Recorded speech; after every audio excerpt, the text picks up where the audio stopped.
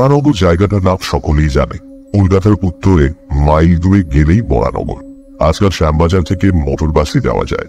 আগে যেতে হতো হেঁটে কিংবা শেয়ারের গাড়িতে। শেয়ারের গাড়ি ছাড়তো কোম্পানির বাগানের মোড় থেকে। এক একজনের 4 আনা ভাড়া। কলকাতায় যাতায়াত করতে গেলে এছাড়া আর উপায় ছিল না।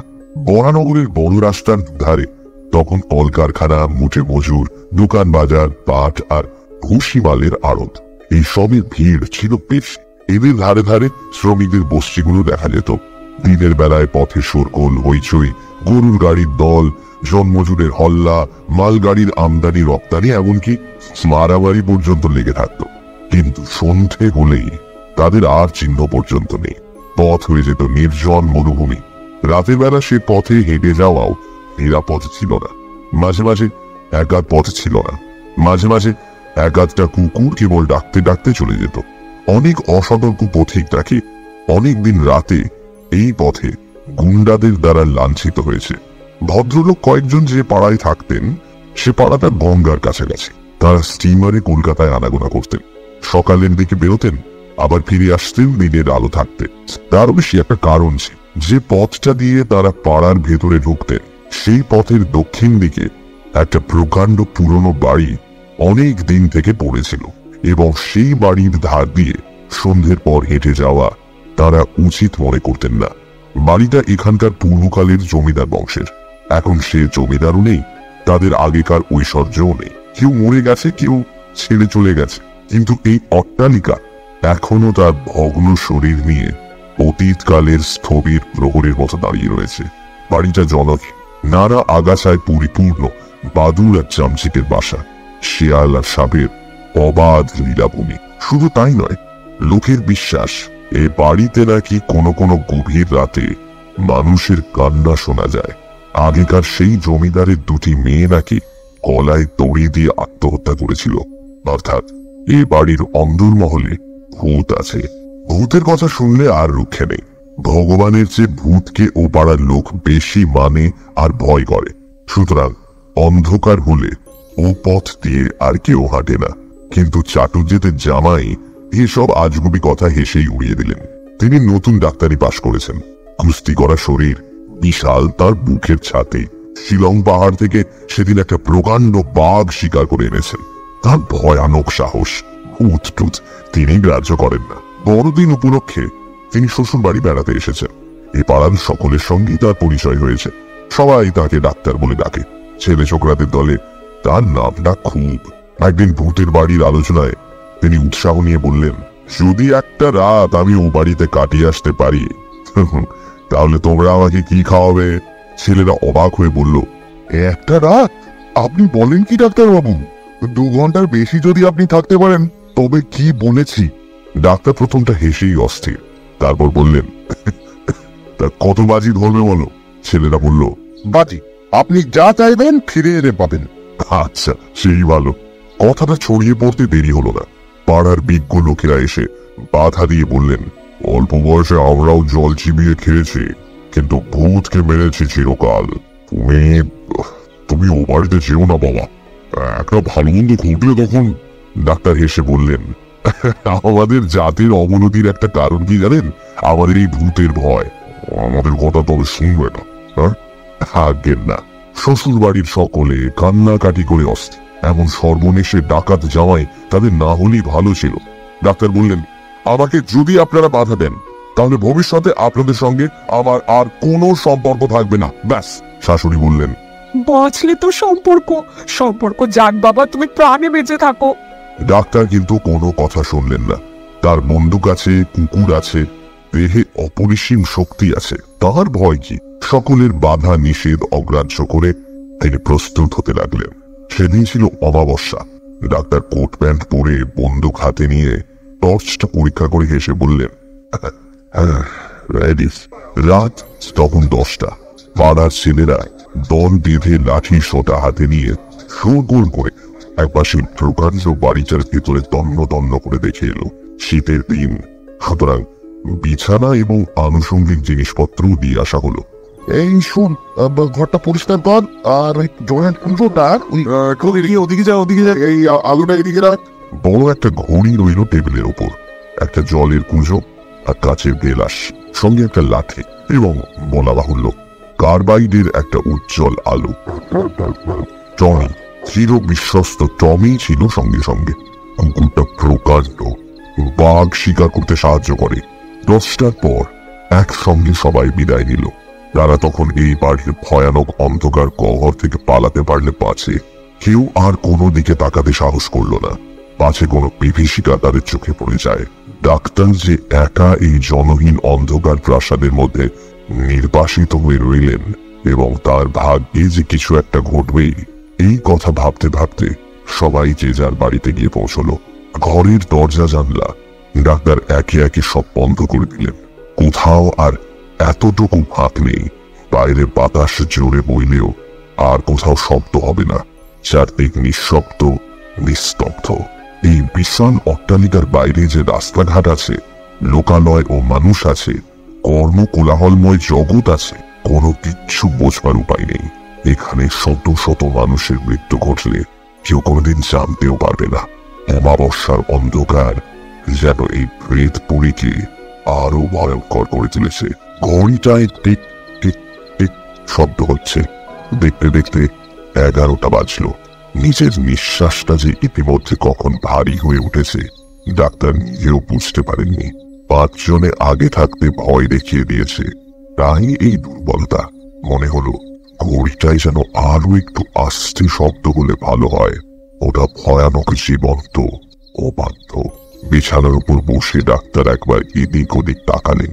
দেয়ালগুলো জীর্ণ, তার গায়ে নানা রকম আঁকিবুকি কাটা, অনেকটা যেন মানুষের কঙ্কালের মতো। ডাক্তার চমকে ফিরে তাকালেন। না, কেউ নয়, বাতাসের শব্দ। না, বাতাসের নয়, বোধহয় কোনো পোকামাকড়ের আওয়াজ। কিন্তু কোন দিকে? জানালায় নাকি দরজায়? এ ধাক্কা দিল দরজায়। টমি মুখ তুলে তাকালো। একবার সে একটু মোঁ করে উঠল, যেন বাঘের সন্ধান পেয়েছে। কিন্তু তারপর না, কেউ তো নয়, বাতাস। পুরনো দরজা, বাতাসে একটু নড়ে বইকি। টমি তার প্রভুর কোলের কাছে আবার মুখ নিচু করে পড়ে রইল।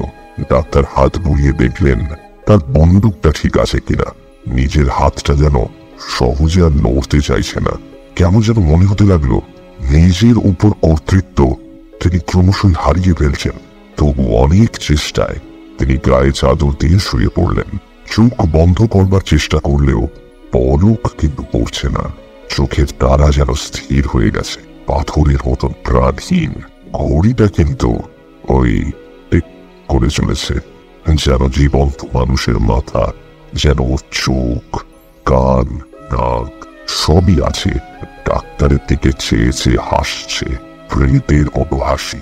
হঠাৎ ডাক্তারের দৃষ্টি পড়ল দেয়ালের গায়ে। ও কি? দেয়ালের সেই আঁকিবুকি, সেই মানুষের কঙ্কালটা নড়ছে কেন?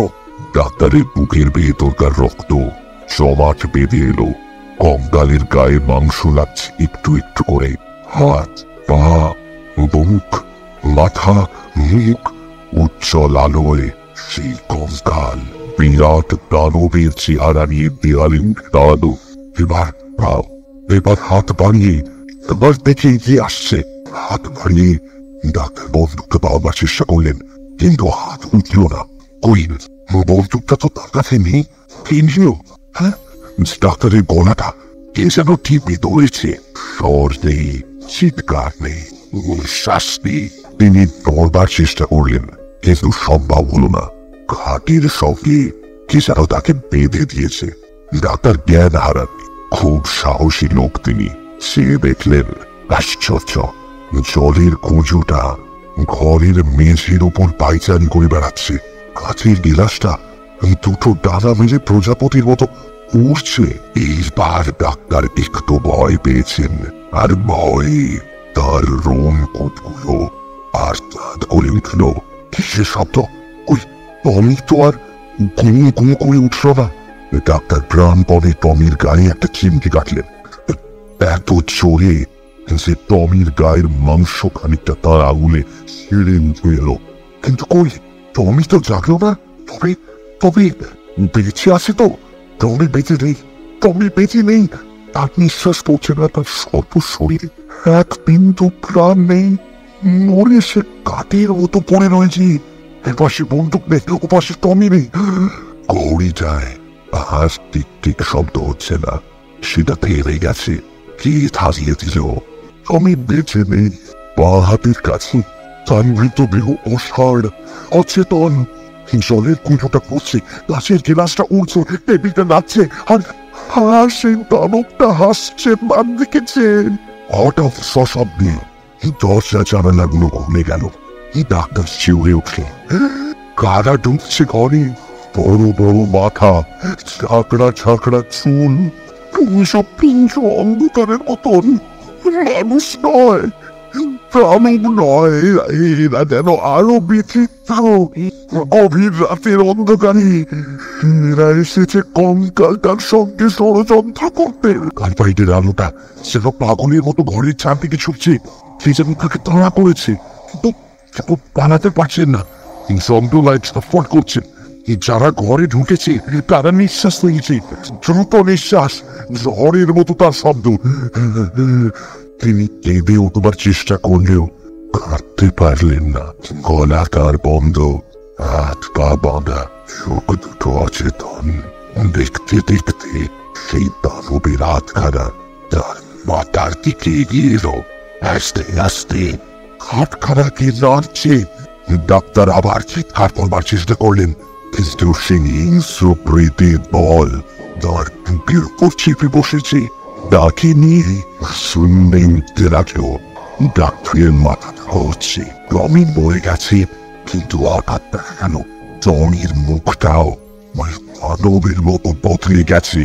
টমির মুখ বের করে কার্তিকে ভয়ঙ্কর দাঁত বের করে গিয়ে আসছে। বিশ্বাসঘাতক, তোমার কাজ। টম দাঁড়ো ভেসে উঠল। ধারালো দাঁত দিয়ে ডাক্তারের পাঁজর কামড়ে ধরল। ঘাটখানা শুনলে উঠেছে। মহাশূন্যের ঘন অন্ধকার বেশে আরো আরো ওষুধে দানবের বেশে তাকে নিয়ে যাবে। ভূত প্রেতের রহস্য রাজ্যে, ভূত দেশে ঘাটখানা উড়ে যাচ্ছে দূরে দূরে। ওই যা তাদের হাত থেকে কাঠ খসে গেল। ডাক্তার দুরন্ত বেগে নিচের দিকে পড়ে যাচ্ছেন। হয়তো কোন মহাসমুদ্রের জলে তিনি আচার খেয়ে পড়ে তলিয়ে যাবেন। ডাক্তারবাবু, ও ডাক্তারবাবু, ডাক্তারবাবু, ও ডাক্তারবাবু। দরজায় ধাক্কা পড়তেই ডাক্তারের ঘুম ভাঙলো। বুকটা ধড়ফড় করছে। চোখ মেলে দেখলেন সকালের আলো জানালা দরজার ফাঁক দিয়ে ঘরের ভেতরে এসে পড়েছে। সারা শরীর তার তখনও কাঁপছে। ডাক্তার চেয়ে দেখলেন সব ঠিক আছে। সেই আলো, সেই ঘড়ি, সেই টেবিল, কচু, গিলাস, তার বন্দুক আর টমি। গলার আওয়াজ দিয়ে বললেন, যাইয়ে